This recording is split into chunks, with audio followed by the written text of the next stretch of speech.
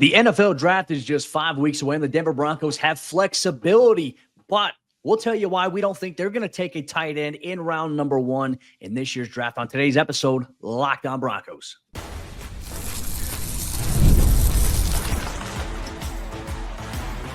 You are Locked On Broncos, your daily Denver Broncos podcast, part of the Locked On Podcast Network, your team every day. Broncos Country, what's happening? Welcome into another episode of Locked On Broncos, your daily Denver Broncos podcast, part of the Locked On Podcast Network, your team every day. For all your Broncos news, content, coverage, analysis, and more, Locked On Broncos is the place to be. So thank you so much to all you everydayers out there on Broncos Country. Thanks for tuning in, making us your first listen, however you choose to do so. And if you're not yet an everydayer, it's easy to become one. All you got to do is hit that subscribe or that follow button, and you're going to get daily Broncos news, content, coverage, analysis, and more delivered directly to your devices or even on YouTube where you can watch us here. I'm Cody Roark, credentialed Broncos reporter here from Mile High Sports. You can check out my written work over there, milehighsports.com, joined by Sayre Bedinger. Every single day you can check out his work over there, predominantlyorange.com. He's the longtime site expert over there. And here's what you have to maybe take to the bank here on today's episode show. Everything that we're going to talk about, we'll wrap up with talking about why the Broncos should take a wide receiver and cornerback in this year's NFL draft, even in the later rounds there. We'll also discuss what tight end targets the Broncos can look into maybe in the mid to later rounds as well. And we're going to open up today's show by telling you that we don't think that the Broncos are going to consider tight end in rounds number 1 or 2 of this year's NFL draft. We'll break all that down and much more. So, Sayre, let's really kind of kick it off right now. Look, with the Broncos, their attack on free agency and them obviously getting Evan Engram. They have Adam Troutman on the roster. They've got Lucas Kroll, who they tendered, and you still have Nate Adkins. I think more time passes. We've all been on the train of like Tyler Warren, Colston Loveland, but at this point, it doesn't seem like tight end is going to be a position of focus or real need for them, at least in round 1 of this year's NFL draft. And our good friend Mike Kliss even said that he felt the same exact way. Yeah, which I thought was interesting, Cody, and specifically on his podcast, Kliss's Mic Drop, which you should definitely all go listen to. Always some great nuggets in there, and Mike is one of the most plugged into the team there is.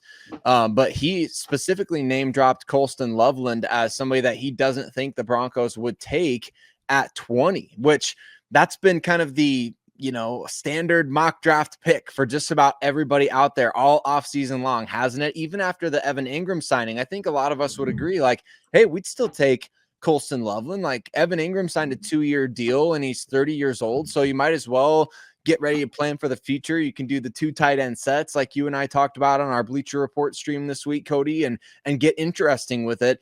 But Kliss saying that he doesn't think it's a first-round possibility was really fascinating to me. And I think, honestly, like, is Colston Loveland or Tyler Warren even going to be there for the Broncos to consider anyway?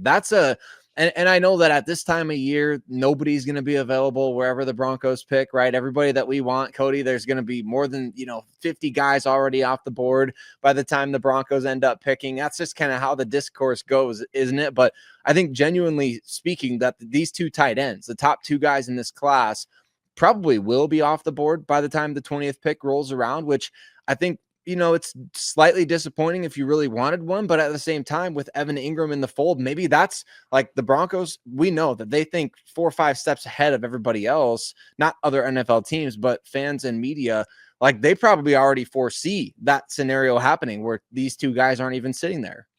And these guys, like the Broncos and teams around the league, they have their own mock draft simulators, which is crazy. They're not using the ones that we use every single week, but they are using ones that they have created, and they run through every scenario possible. And I think about it too, right? What teams maybe ahead of Denver could take a tight end of, like a Tyler Warren or Loveland. It's like you look at, obviously, Loveland's ties there to Harbaugh in Los Angeles. You worry about the Chargers maybe adding a dynamic playmaking tight end like him.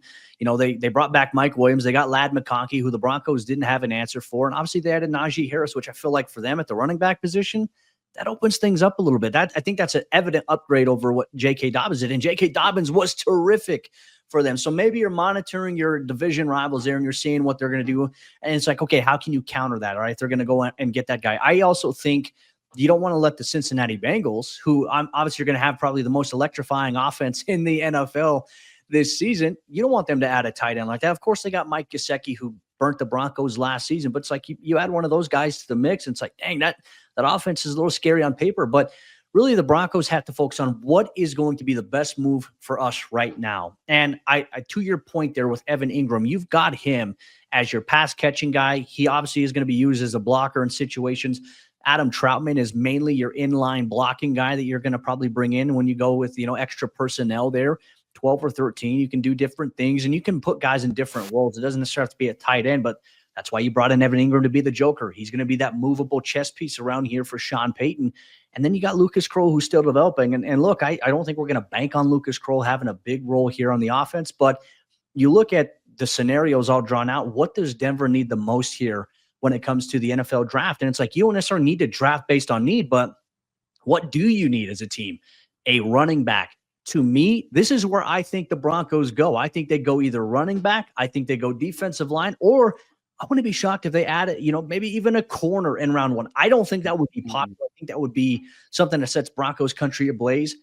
To me personally, I think it's going to be running back in round one. And I think that they're going to go away from the traditional line of thinking that, hey, who cares what people say about you never want to draft running backs in round one. I think with this year's class, all the builds, the archetypes that you got with certain guys, I'm excited about it. Is Omari and Hampton going to be there? If he's not there at 20, I do think that the Broncos trade up for a running back. I think that's very much in the cards here from my own personal speculation. Where do you think that they might go here in round one if they don't go tight end in the first round? I think running back is as safe a bet as any at this point, Cody. And I'll throw Travion Henderson's name into the mix at 20th overall. Love your mock draft, by the way. Yeah. I think the people were kind of on board with that, Cody. Hey, if we can have a haul like that during the NFL draft, that'd be pretty sweet. But, I like Travion Henderson. I recently saw a post, I think it was Next Gen Stats, or somebody was talking about, his athletic metrics, speed, explosiveness, quickness, all these sorts of things. And the three names that were thrown out for him were like Saquon Barkley, Adrian Peterson, and then some like Jahmyr Gibbs or something like that. Wasn't it DeMarco Murray? Maybe one of those. But at the same time, I mean, like, they're just throwing out all these huge names of great running backs, and they're comparing them to this guy, at least even athletically. And we know Travion is one of the best pass protecting backs in the class as well. And so I know in the mock draft machines, you can get him in the second round, always almost at 51 overall. I think you're going to have to take him at 20 or close to 20 in a trade down scenario if you do want to get him. So I like that idea. I also, Cody, I'm coming around to, you could convince me on most positions in the first round. In that same mock draft episode, I talked about Jedi Barron, who's, pass game coordinator, secondary coach at Texas. That's Vance Joseph's cousin over there. And so there's going to be a really clear connection for those two guys. And even if he goes really high, what if Will Johnson from Michigan falls to your pick? Are you going to pass on him? The thing that I think about the first round in this draft class is the Broncos are pretty ideally suited to trade down. Like last year, we kind of wanted to have our cake and eat it too. Trade down, get Bo Nix. Nobody really thinks much of him. Pick up extra selections on day 2 and have your cake and eat it too, right? But this year, I think the Broncos are in a different position to where it's not like, okay, if we trade down, we're worried about the scenario of our guy not being there. If we trade down this year, it's more so along the lines of we're excited about the possibilities of who we can all add with these selections. And so I think with running back, Saquon Barkley resetting the market, it's now a $20 million position a year again for guys, and it will continue to be going forward. That's another that may vault into the first round conversation again. Whereas before it was like you're wasting the rookie contract on a position that's going to be cheap in free agency. Now it's getting expensive again. So I think any position outside of quarterback and the special teams, you could convince me a viable option for the Broncos in round 1. I think that there's a mixed bag. I mean, we're seeing a lot of mock drafts being put out on social media, tight ends, wide receivers, cornerbacks, even safeties in some of those situations here. To me, I'm all in on the running back or bust train here in round 1. And if they chose a defensive lineman, I wouldn't be opposed to that, especially if they're getting a disruptor there. I think it's important to have that viability on the defensive line, even if this guy's not going to play a big role right away. And maybe he will. Like, who knows what can happen between now and the draft, or even after the draft with extensions. You never know. There could be a draft day trade of some sorts. Like, there are so many different possibilities on the table. But the Broncos, they got a lot of flexibility. We're excited about it. In Broncos Country, we would like to know, what would your thoughts be if the Broncos passed on a tight end in round number 1? What position would you hope that they choose? Make sure you let us know here on today's episode, Locked On Broncos. But we're not done yet, Broncos Country. We still got a lot to break down on today's episode of the show. If the Broncos don't look at a tight end in round 1, we'll tell you why maybe rounds 2 or rounds 3 are perfect for adding a tight end, maybe even one of Bo Nix's former favorite targets. We'll break that down and much more on today's episode, Locked On Broncos. Today's episode of Locked On Broncos is brought to you by our friends over there at Upwork. And scaling your business requires the right expertise at the right time. With Upwork, you can find specialized freelancers in marketing, developing, design, and more, and experts who are ready to help take your business to the next level. Upwork gives businesses flexibility by connecting them with top freelance talent across multiple industries, including IT, AI, web development, and marketing. And whether you need extra hands for a project or a long-term partner, Upwork makes hiring simple and affordable. And finding the right fit and the right talent for the job is important. That's where Upwork comes in handy, because if you need help delivering with a marketing campaign, Upwork can connect you with a freelance expert who delivered incredible results. Plus, they have cost-effective growth. Instead of hiring full-time, Upwork helps find affordable, top-tier freelancers to scale my business or your business efficiently. So visit Upwork.com right now and post your job for free. That's UPWORK.com, Upwork.com, to connect with top talent and grow your business today. Today's episode of the show is also brought to you by our friends over there at Monarch Money. If you're like me, you ever check your bank account and wonder, where did all my money go? Between dining out, going out and buying coffee, or different online subscriptions, or even shopping, it's easy to lose track sometimes. And that's where Monarch Money comes in, your personal CFO, giving you full visibility and control over your finances. Monarch Money isn't just a budgeting app. It's a complete financial command center where you can track all of your accounts, your investments, and spending in one place, so you stop just managing your money and start building wealth. You get surprising insights. And when I started using Monarch Money, I just realized how often I was going out to get a cup of coffee in the morning. Over time, that stuff adds up. Now I budget smarter and I save more. It's also very easy to collaborate with everything that you need. Managing money with your partner is smoother than ever. You can track shared and personal accounts, set goals, and stay on the same page without stress. Take control of your finances with Monarch Money. Use code LOCKEDONNFL at monarchmoney.com for 50% off your first year. That's monarchmoney.com, code LOCKEDONNFL for half off your first year. Could the Denver Broncos add the son of a former NFL legend at the tight end position? Maybe one of Bo Nix's former favorite targets at Oregon. Maybe, maybe even both guys. I mean, the options are endless here at the tight end position in a very deep 2025 NFL draft class. Cody and I are going to tell you why maybe waiting until day 2 is the ideal scenario here for the Broncos after the Evan Engram signing. But Broncos Country, thanks so much for tuning in today and every single day. For all you everyday viewers, Cody, so many people in the comment section on YouTube, so many people who tweet at us.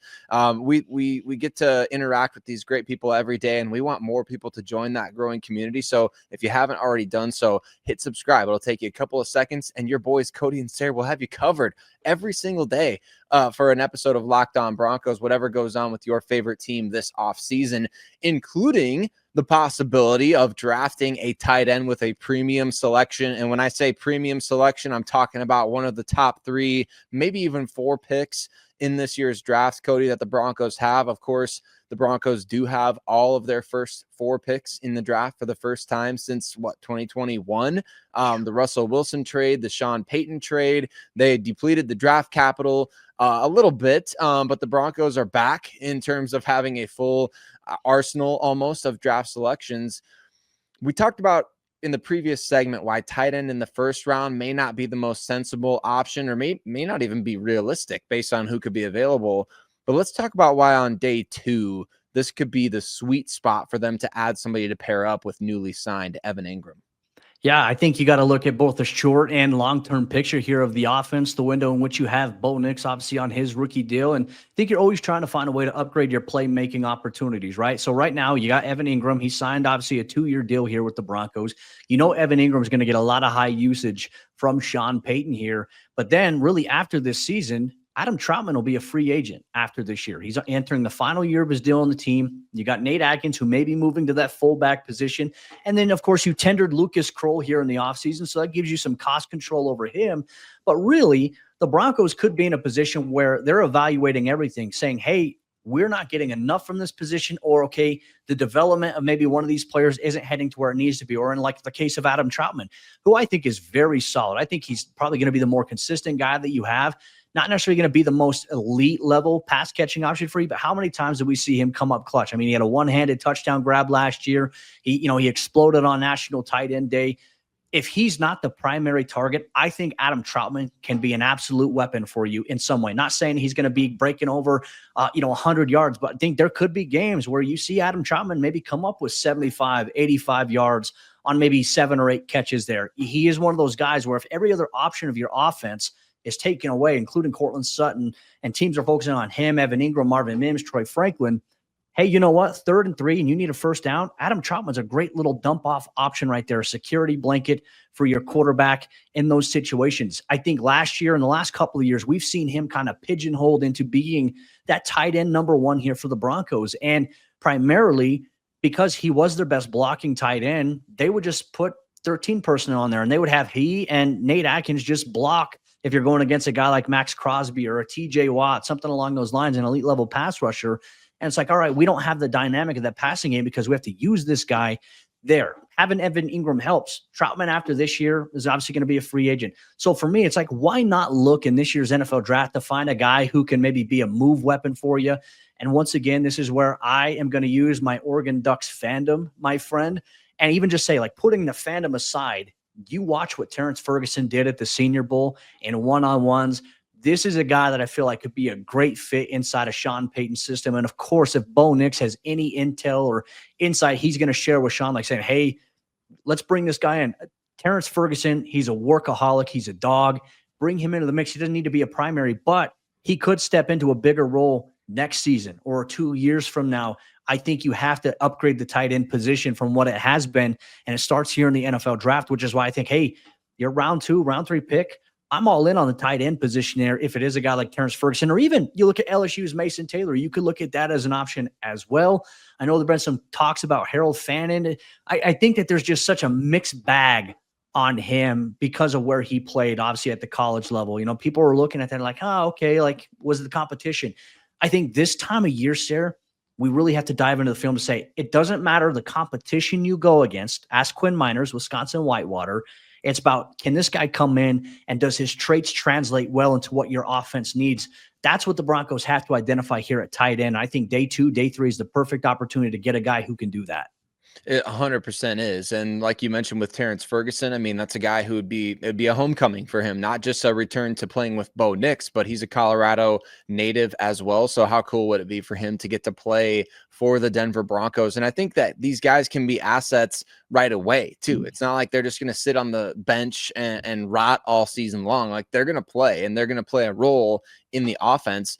I love the idea of Ferguson, Cody. In fact, I would be a little annoyed if the Broncos don't find a way to get him. He was number 1 or number 2 at the combine in every just about every metric, when you look at the tight end position this year. And so athletically speaking, he's there. He's got the chemistry with the quarterback. The Broncos have obviously felt like Oregon guys are a good fit for their system in recent years. So I'd be all over that. And with Mason Taylor, George Payton's ties to his father go back all the way to their days in Miami, where George was the director of pro personnel and Jason Taylor was winning Defensive Player of the Year. Now, how cool would it be for them to come full circle in that way, for George to be able to draft Jason's son after he's already had the opportunity to draft Patrick Surtain's son, who is now the Defensive Player of the Year. The ties that bind in the NFL, and the coincidence that it's almost too crazy to be coincidence, but you'd love to see something like that, because Mason Taylor's only 20 years old and he'll be 21 this year later, but that's Young a perfect guy to, just to say, come in, let's learn the offense. Let's get you up to speed. Let's get you some targets each week, and let's get you involved in the offense. And down the road, you might be able to take over for Evan Engram as the Joker. He has those types of traits, and this tight end class is just littered with guys that have big time traits. You can always look at an Iowa guy too, Cody. You talked about, bias for our favorite college teams. Luke Lachey out of Iowa, not probably going to go round 2 or 3, but another guy that, just because of how terrible the quarterback position was at Iowa, you're probably going to get a guy on day 3 who can give you way more in the passing game than you see on tape because you just don't get the targets, and who also is going to be ready-made for the NFL as a blocker. So I think those types of situations are worth monitoring in this draft. The depth at tight end is something I would take advantage of for sure. I mean, Iowa is always tight end. I think that's one reliable pipeline you can always pull a tight end out of and say, you know what, we might get something very valuable out of that guy. I remember Lachey as well. That I mentioned him because wasn't he at the Shrine Bowl, like the Shrine game, the East-West one? I said, hey, like this guy actually, he moves well. He's a big body target. You don't need a guy who's got blazing speed. Like if you can have a big body target who could be a possession guy, can go up and catch the football for you. I love that. Like I go back and I remember watching Sam Laporta's pre-draft interview, like they showed at the combine there with the, I don't know if it was specifically with the Detroit Lions, but he was being interviewed by a team. They said, where would you grade your ability to be a pass catcher? And he's like, 8. And he said, I feel like I could even be better at it. I'm not afraid to go up and do it. Like, I love those types of questions, and I hope we get some insight into that from some of these prospects and these players. But we're going to find out what traits Sean Payton, George Payton are truly looking at. And obviously when the draft rolls around in just about 5 weeks' time, we're going to have a clear picture as to what the Broncos are thinking about as they're looking to build this team, a better team around Bo Nix. Broncos Country, make sure you let us know your thoughts on what target, if the Broncos look at tight end, would you prefer on day 2 or day 3? Drop it down here on today's episode of the show. But we're not done yet. Broncos Country still got a lot of NFL draft talk to break down right here. We've highlighted tight end here, but what position should the Broncos target in the first round or in general? Well, we'll take a look at wide receiver, cornerback, and some other positions here on today's episode, Locked on Broncos. The NCAA tournament is here, and so is the Bracket Breakdown. Locked On Podcast Network and Amazon Fire TV channels are teaming up to deliver NCAA tournament coverage like never before. Watch studio shows featuring former players and Locked On's local experts as they guide you through every upset, buzzer beater, and bracket matchup. Stream it all for free on Amazon Fire TV channel. Search Bracket Breakdown to see it all for free. It's your team every day. There are a handful of positions the Denver Broncos should look at in this year's NFL draft. We'll tell you why. Wide receiver, cornerback, maybe even safety are positions that they should look at as well as they look to build this team going forward here, 2025 and beyond. Just want to say thanks once again, everyone in Broncos Country, all the everydayers. Thanks for making us your first listen, however you choose to do so.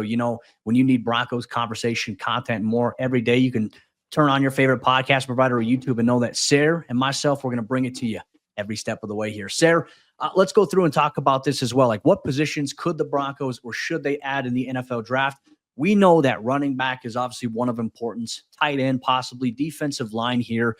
I don't feel like a lot of people are talking about wide receiver enough, right? We were going back and having those conversations about Cooper Kupp when he was available. There was some interest in him. We brought up names like veteran options like Keenan Allen and Mike Kliss, our obviously good friend, said he had expected they were going to add a wide receiver. Note that is yet to happen here at this point. But we know that Sean Payton, he likes that wide receiver room as is. We know Cortland Sutton are working on an extension with him. They love Marvin Mims, Troy Franklin, Devon Vele, and they got a young guy in A.T. Perry who is very under the radar that we're going to maybe get a more expansive look at here in training camp in the preseason, which should be exciting. But should the Broncos add a wide receiver in the NFL draft? I think that they should. They should add a body for sure. And there are a handful of options. It doesn't have to be round 1, right? I'm talking round 2, 3, 4, or even round 5. You find a way to be able to get more capital. We know Denver can trade up, trade back. They've done that before here. I still think that they should add a wide receiver in this year's draft.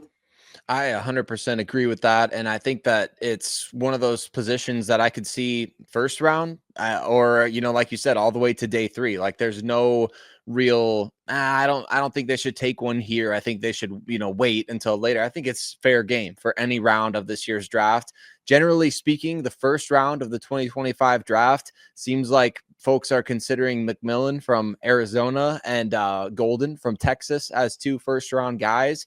And the interesting thing that I keep on seeing, Cody, from people who speak with NFL teams like Daniel Jeremiah and folks like that, they don't seem to think that Luther Burden or Emeka Egbuka or guys like that are locks to go in the first round. And I find that very, very interesting. And it's just, that's what they're saying. That's not what I'm necessarily saying. I've liked what I've seen from those guys, but it does speak to the lack of blue chip talent, I think, at this year's in this year's draft at wide receiver, and where I feel like somebody like Golden or even McMillan could potentially be a nice value for you at 20. Now, I feel like, to me, McMillan is a bit redundant with what the Broncos have, especially if they're looking to extend Cortland Sutton, but Golden offers some nice variance as a slot guy with big time speed, strong hands, toughness. Again, the Texas connection, which could be an important factor to consider. So I like the idea of adding a wide receiver, even as high as the first round. But I think this class gets more interesting the deeper down the board you go. I put a tweet out about 3 weeks ago where I said Cortland Sutton and Torrey Horton would be fun to watch, essentially. Torrey Horton, obviously a local CSU product. And honestly, just you watch him play, the dude is a dog, probably going to be available, at a certain juncture in which the Broncos are going to be available to pick in some of the mid to later rounds at this point. I wouldn't be opposed to them adding him into the mix here.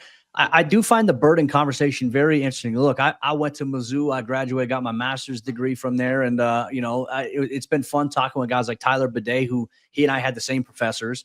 And also talking with Chris Abrams-Drain last year. I talked to him about Burden. He's like, man, he said that guy, he has some of the smoothest releases off the line of scrimmage. He's very good at being able to run routes. And he's just a guy that you throw the ball in his vicinity, he's going to find a way to fight for it. And to me, it's like, all right, hey, like the Broncos, they invested in Mizzou. They obviously went with Chris Abrams-Drain. They've seen, that type of prospect and talent. And obviously, if they're watching the defensive side of the ball, Mizzou, they're watching the offensive side of the ball as well.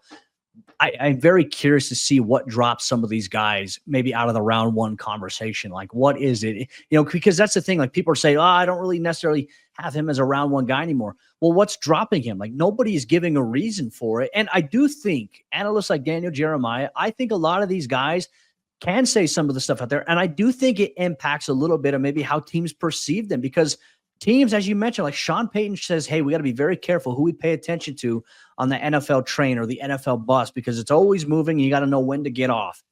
I do think at times this is a problem with a lot of teams around the league. They stay on that train, and then you end up seeing like them passing on a player. And the Broncos have fell victim to this a handful of times. You can look at previous drafts where they took one player and then the next player taken off the board could have been an absolute weapon for them, right? Not to say it would have worked, but you look at that and it's like, what were they listening to? Like, why that player, why that position over this guy at this position? So I look at that and I would say, okay, I trust Sean and George not to really jump onto that train. If they're going to find out any information, they're going to have that. They do their due diligence in the scouting process. So I have trust in them and their ability to do that. Wide receiver, certainly one. I want to get your thoughts here on cornerback. I think that Denver should add a cornerback, because I think this is a position you need depth. I've seen people throw out the idea that the Broncos need to go out there and add another veteran corner. I disagree. I don't think they need to add a veteran corner necessarily. You got Pat Surtain. He's a vet. He's Unc now in that defensive back room here for a lot of these guys. And you got Riley Moss, who's obviously going to take another step forward this year. I firmly believe it. He wasn't the same after the knee injury. He's going to be fine. You got Jaquan McMillan. You got a young guy in Chris Abrams-Drain. The Broncos, the youth movement has paid off for them in the secondary.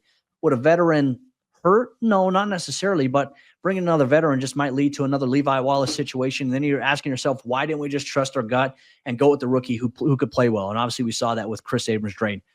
Corner, I think that's a position they should definitely add to, and I wouldn't be surprised if they do.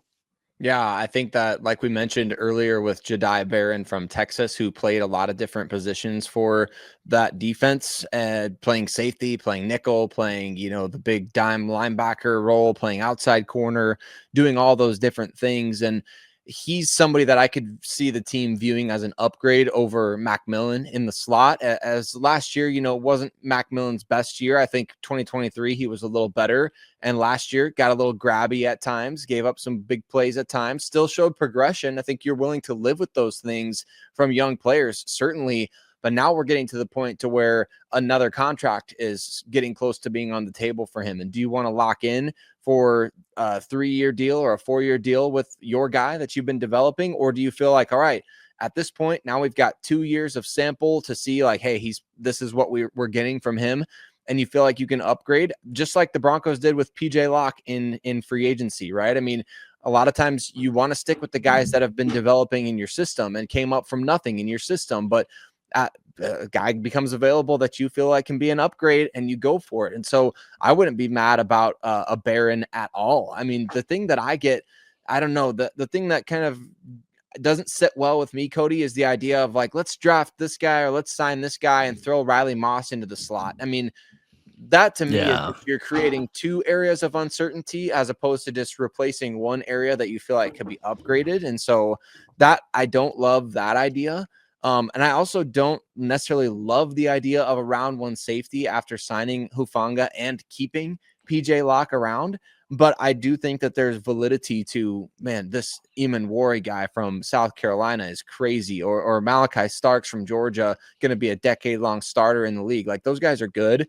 Do they fit what the Broncos need right now, though? That's the question.